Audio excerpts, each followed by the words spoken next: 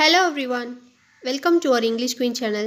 Today we are going to see the 12 types of tenses in a single video. Okay friends, நீங்கள் நம்ம சேனலை இப்போ தான் first time பார்க்குறீங்க அப்படின்னா மறக்காமல் சப்ஸ்கிரைப் பண்ணிக்கோங்க.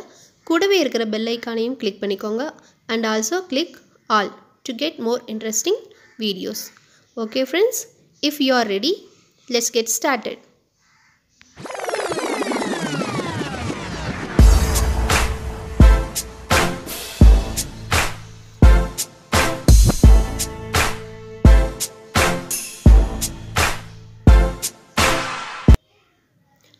Types of tenses with examples. Tenses shows the time of actions. அதாவது ஒரு action எந்த டைம்ல நடக்குது அப்படிங்கறது சொல்றது தான் tenses. இதுல 3 types இருக்கு friends. Past tense அப்படிங்கிறது கடந்த காலத்தை குறிக்கும், present tense அப்படிங்கிறது நிகழ்காலத்தை குறிக்குது, future tense அப்படிங்கிறது எதிர்காலத்தை, அதாவது இனிமே நடக்க போறதை சொல்றது தான் future tense. இது 3 types of tenses. First one, simple present tense. That means a verb that refers to present time is said to be in the present tense. அதாவது நிகழ்காலத்துல நடந்துட்டு இருக்க ஒரு செயலை தான் நம்ம simple present tense அப்படினு சொல்லுவோம். That is action in present. So நிகழ்காலத்தில் ஒருவர் செய்யும் செயல். So ஒரு எக்ஸாம்பிள் பார்த்துடலாம். Ramu writes a letter. Ramu வந்து லெட்டர் எழுதுகிறார் அப்படின்றபோது இது simple present tenseல யூஸ் பண்ணியிருக்கோம். Okay, let's move on to the simple present tense used in what are the forms. இதில் 3 types நம்ம யூஸ் பண்ணுறோம். First one, habitual actions. தினமும் செய்கிற ஒரு செயல். That means I always get up at early in the morning. தினமும் நடக்கிற ஒரு விஷயம். Next one, general truth.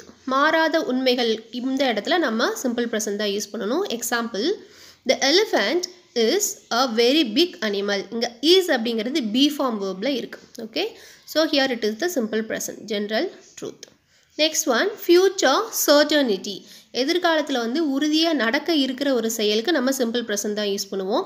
So இதில் எக்ஸாம்பிள் பார்த்துடலாம். They leave for Chennai tomorrow. So கண்டிப்பாக நாளைக்கு அவங்க சென்னைக்கு போவாங்க. ஸோ உறுதியாக இருக்கிறதுனால நம்ம simple present யூஸ் பண்ணுறோம். இதோட ஸ்ட்ரக்சர் பாருங்கள். சப்ஜெக்ட் ப்ளஸ் வேர்போட எஸ் ஆர் இஎஸ் சேர்த்து வரும். Okay, next move on to the next tense, present continuous tense. It refers to the time of action which is going on at present. அதாவது தொடர்ந்து நடந்துட்டு இருக்க ஒரு செயல். நிகழ்காலத்தில் தொடர்ந்து நடந்துட்டு இருக்க ஒரு செயலை தான் நம்ம இதை சொல்கிறோம் action in progress. அதாவது தொடர்ந்து நடந்து கொண்டிருக்கும் ஒரு செயல். ஒரு எக்ஸாம்பிள் பாருங்கள். Kumar is playing football. Kumar வந்து ஃபுட்பால் விளையாடி கொண்டிருக்கிறார். அதாவது அந்த செயல் வந்து தொடர்ந்து நடந்துட்டு இருக்கு. அது ப்ரெசன்ட் டென்ஸில் நடந்துட்டுருக்கு. ஓகே, ஸோ இதோட ஸ்ட்ரக்சர் பாருங்கள். Subject plus is am are இந்த 3 பாசிபிலிட்டிஸ் இருக்குது. அதோட வேர்போட ஐஎன்ஜி யூஸ் பண்ணணும். Next one, present perfect. It refers to the time of action just completed. இப்போ கொஞ்ச நேரத்துக்கு முன்னாடி நடந்த ஒரு விஷயத்துக்கு தான் நம்ம இந்த ப்ரெசன்ட் பர்ஃபெக்ட் வந்து யூஸ் பண்ணுறோம். தட் மீன்ஸ் இம்மீடியட் பாஸ்ட், இப்போ நடந்து முடிஞ்ச ஒரு விஷயம், சற்று முன் நடந்து முடிந்த ஒரு செயல். ஸோ அந்த இடத்துல நம்ம present perfect யூஸ் பண்ணுறோம். எக்ஸாம்பிள் பாருங்கள். he has just gone out. இப்போ தான் அவர் வெளியில் போனார் அப்படி நம்ம யூஸ் பண்ணியிருப்போம் இல்லையா. ஸோ அது simple present தான். இப்போ இதோட ஸ்ட்ரக்சர் பாருங்கள். Subject plus has or have. அதாவது perfect வரும்போது has have தான் யூஸ் பண்ணணும். ப்ளஸ் V3, அது வந்து past participle form of the verb. So present perfect continuous. Next one, it refers to an action which began at some time in the past and is still continuing. அதாவது action in progress in the past. பாஸ்டில் தொடர்ந்து நடந்துக்கிட்டு இருந்த ஒரு விஷயம். அதாவது கடந்த காலத்தில் நடந்து கொண்டிருக்கும் ஒரு செயல். கடந்த காலத்தில் அந்த செயல் வந்து தொடர்ந்து நடந்துட்டுருக்கு. ஒரு எக்ஸாம்பிள் பாருங்கள். he has been sleeping for 5 hours. So 5 ஹார்ஸ்க்கு அவர் தூங்கிட்டு இருந்தார் அப்படின்றது தான் இந்த டென்ஸ். இதோட ஸ்ட்ரக்சர் பாருங்கள். Subject plus has or have plus been plus verb plus ING. So அந்த சீன்ஸ் ஃபார் அப்படிங்கிறது அந்த டைமிங்கை மென்ஷன் பண்ணுறதுக்காக நம்ம அந்த பர்ஃபெக்ட் டென்ஸில் யூஸ் பண்ணணும். Next one is simple past tense. It refers to the completed action in the past. அதாவது கடந்த காலத்தில் நடந்து முடிந்த ஒரு செயல், அந்த இடத்துல நம்ம சிம்பிள் பாஸ்ட் டென்ஸ் யூஸ் பண்ணுறோம். So that is action in past. So கடந்த காலத்தில் நடந்து முடிந்த ஒரு செயல். ஒரு எக்ஸாம்பிள் பாருங்கள். he went to Delhi yesterday. நேற்று அவர் டெல்லிக்கு போனார். ஸோ அந்த விஷயம் நடந்து முடிஞ்சிருச்சு. ஸோ அதை வந்து நம்ம சிம்பிள் பாஸ்டில் யூஸ் பண்ணுறோம். இப்போ நம்ம இதோட ஸ்ட்ரக்சர் என்னென்னு பார்த்துடலாம். Subject plus V2 verb. V2 வந்து நம்ம irregular verb-ஆகவும் நம்மளுக்கு வரும் இல்லையா. ஸோ V2 verb இல்லைனா irregular verb. play played இது வந்து ரெகுலர் verb. write wrote இது வந்து irregular verb. அந்த வேர்டு சேஞ்ச் ஆகி வர்றதுனால இதை irregular verbன்னு சொல்கிறோம். that is the structure. So next one, past continuous. It refers to the action going on in the past. Pastல தொடர்ந்து நடந்துட்டு இருக்க ஒரு விஷயம். continuous action in past. கடந்த காலத்தில் தொடர்ந்து நடைபெற்று கொண்டிருக்கும் ஒரு செயல். இப்போ எக்ஸாம்பிள் பாருங்க. we were listening to the music all evening. நாங்கள் நேற்று சாயந்தரம் ஃபுல்லாக தொடர்ந்து மியூசிக் கேட்டுக்கிட்டே இருந்தோம். ஸோ தொடர்ந்து நடைபெற்ற ஒரு செயல். இப்போ இதோட ஸ்ட்ரக்சர் பாருங்கள். Subject plus was were plus verb plus ING. இவங்க வாஸ் வேர் அப்படிங்கிறது சப்ஜெக்டோட சிங்குலர் ப்ளூரலை பேஸ் பண்ணி வரும். ஓகே, ஸோ அதுக்கு தகுந்த மாதிரி நம்ம இந்த பி ஃபார்ம் வேர்ப் வந்து யூஸ் பண்ணணும். So the next one, pass perfect. It refers to the completed action before a certain moment in past. That means action in the past certain moment. ஒரு particular timeக்கு அந்த action வந்து நடந்திருக்கும். So அதை நம்ம past perfectல சொல்கிறோம். That means கடந்த காலத்தில் சற்று முன் நடந்த செயல். So it refers to action. அந்த இடத்துல வந்து ரெண்டு ஆக்ஷன் இருக்கும். ஒரு ஆக்ஷன் ஃபர்ஸ்ட் நடந்திருக்கும், இன்னொரு ஆக்ஷன் செகண்டரியாக நடந்திருக்கும். ஸோ ஃபர்ஸ்ட் ஆக்ஷன் அது வந்து பாஸ்ட் பர்ஃபெக்டில் யூஸ் பண்ணணும். செகண்ட் ஆக்ஷன் வந்து சிம்பிள் பாஸ்டில் யூஸ் பண்ணணும். இப்போ ஒரு எக்ஸாம்பிள் பாருங்கள். when I reached the bus stand, the bus had left. So bus போயிட்டது ஃபஸ்ட் ஆக்ஷன், நான் ரீச் பண்ணது செகண்ட் ஆக்ஷன். ஓகே, ஸோ இதோட ஸ்ட்ரக்சர் பாருங்கள். Subject plus had. had தான் நம்ம பாஸ்ட்டுக்கு யூஸ் பண்ணுறோம் பர்ஃபெக்டில், plus V3 past participle form. Next, past perfect continuous. It refers to the past action which was progressing in the past. Progressing action in the past for a certain period. So அதாவது கடந்த காலத்தில் ஒரு குறிப்பிட்ட நேரத்திற்கு நடைபெற்ற செயல். ஒரு particular டைமிங்க்கு மட்டும், சர்டன் மொமெண்ட்டுக்கு மட்டும் நடந்திருக்கும். எக்ஸாம்பிள் பாருங்கள். At the time he had been writing a novel for 3 months. 3 months அந்த டைமுக்கு நாவல் எழுதிட்டு இருந்தார் அப்படிங்கிறது தான் இதோட மீனிங். ஸோ அதோட ஸ்ட்ரக்சர் பாருங்கள்.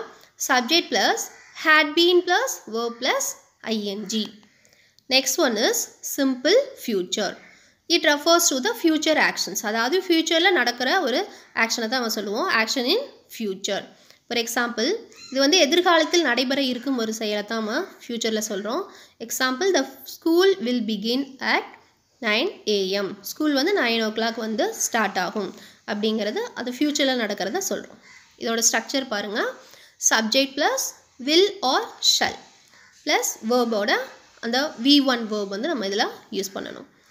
So future continuous. Next one, it refers to the action going on in the future. அதாவது ஃபியூச்சரில் தொடர்ந்து நடைபெற்றிருக்கிற ஒரு செயல். Progressive action in the future. ஃபியூச்சரில் இந்த விஷயம் தொடர்ந்து நடந்துகிட்ருக்கிறத மென்ஷன் பண்ணுறதுக்கு நம்ம ஃபியூச்சர் கண்டினியூவஸ் யூஸ் பண்ணுறோம். ஓகே, ஸோ எதிர்காலத்தில் தொடர்ந்து நடந்து கொண்டிருக்கும் ஒரு செயல். எக்ஸாம்பிள் பாருங்கள். we shall be returning home at this time tomorrow. நாளைக்கு இந்நேரம் நம்ம இந்த டைமுக்கு வீட்டுக்கு வந்திருப்போம் அப்படிங்கிறத சொல்கிறது தான் ஃபியூச்சர் கண்டினியூஸ். ஸோ இதோட ஸ்ட்ரக்சர் பாருங்கள். Subject plus will or shall plus be. கண்டினியூஸ்ங்கிறதுனால நம்ம பி யூஸ் பண்ணியிருக்கோம். So plus verb plus ing. Next one is future perfect. It refers to the completed action by certain future time. அதாவது certain action in future. ஃபியூச்சரில் ஒரு particular டைமில் அந்த action வந்து நடந்து முடிஞ்சிருக்கும் அப்படிங்கிறத ரெஃபர் பண்ணுறது தான் future perfect.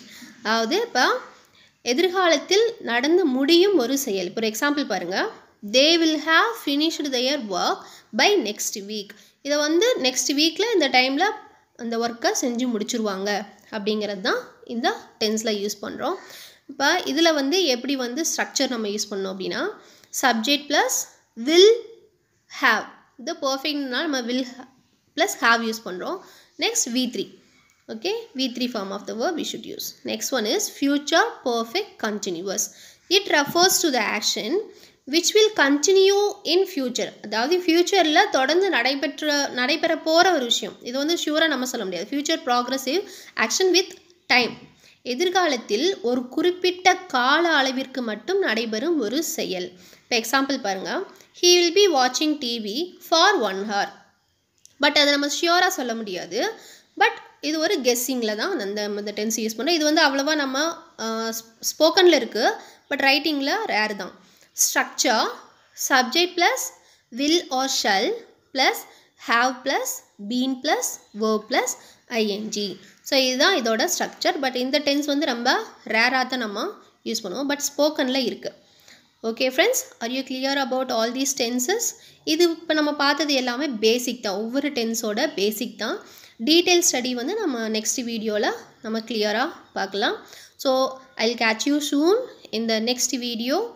And friends, if you like this video and what you have to do, you know very well that you have to